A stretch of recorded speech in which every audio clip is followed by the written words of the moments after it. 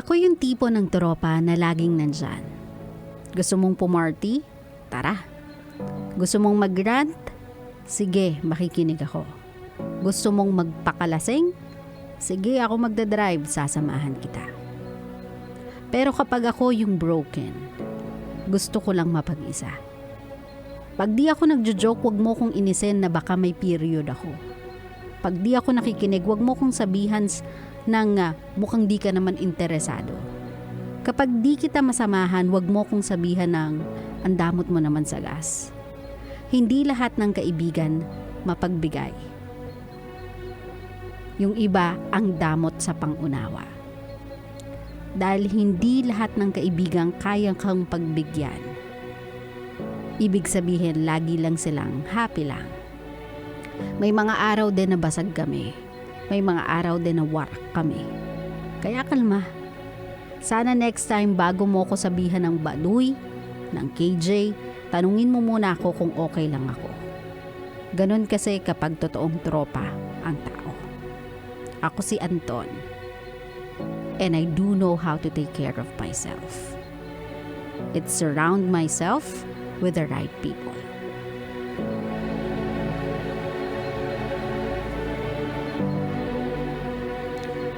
My love, I couldn't agree more. You want a good state for your mental and emotional health? You have to surround yourself with good people, with right people. Those people na will tell you if something is wrong. Those people na will not be afraid to being honest with you, even if it means they have to hurt you in the process of being honest, they will. Kasi totoong tropa sila eh. But they are also those people na you don't even have to tell them na something's wrong. They know when something's wrong. Nararamdaman nila yun from you because they know you. Kahit papano kabisado ka nila. And they don't force you na sabihin sa kanila kung ano yung wrong with you, kung ano yung problema mo, kung ano yung pinagdadaanan mo unless you are ready. They are also not a type of people that will judge you for being so low energy, for being not jolly or the usual self mo na makulit, maharot, mapagbiro, mapagbigay. Hindi sila yung tipo ng taong tatalikod sa'yo just because you are being different. Not your usual self around them. Hindi sila yung tipo ng tao na magagalit sa'yo kapag hindi mo sila pinagbigyan. Hindi sila yung tipo ng taong tatalikuran ka kapag hindi ka na masaya. Kapag hindi ka na galante. Kapag hindi ka na maalaga sa kanila. Kapag di ka na accommodating. They will stand by you. Because they know na that is not your usual self. Ibig sabihin, meron kang pinagdadaanan and they want you to know that they are there.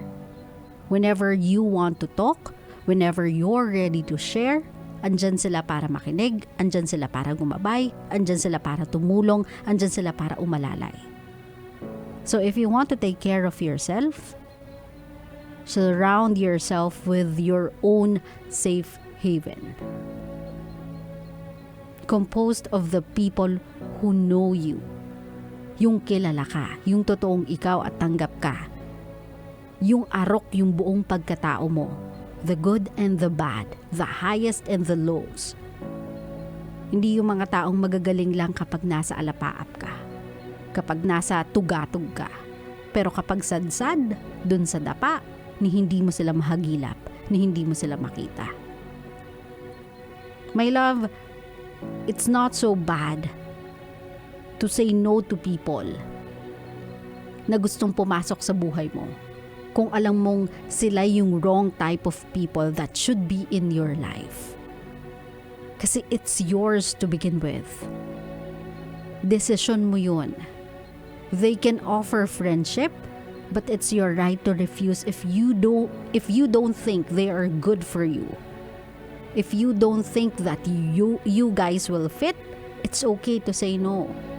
Ando na tayo sa age na magpapakatotoo na dapat tayo. Hindi tayo lahat dapat accommodating to everybody.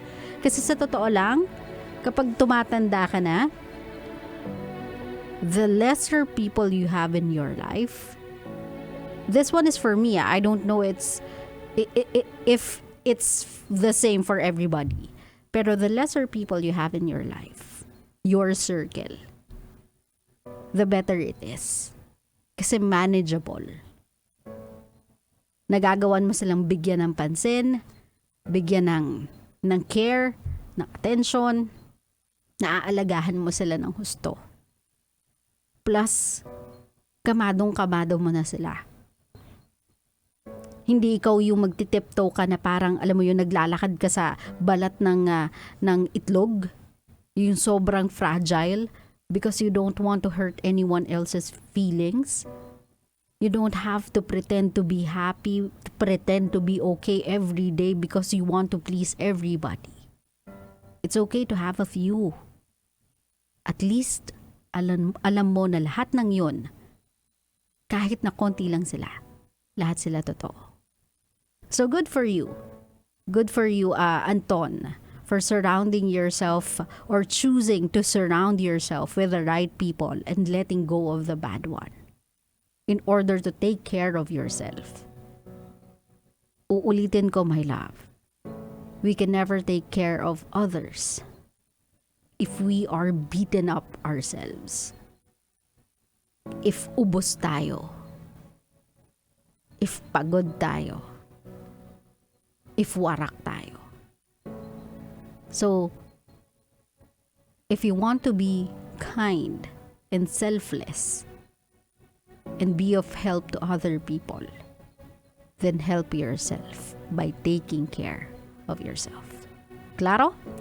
Claro.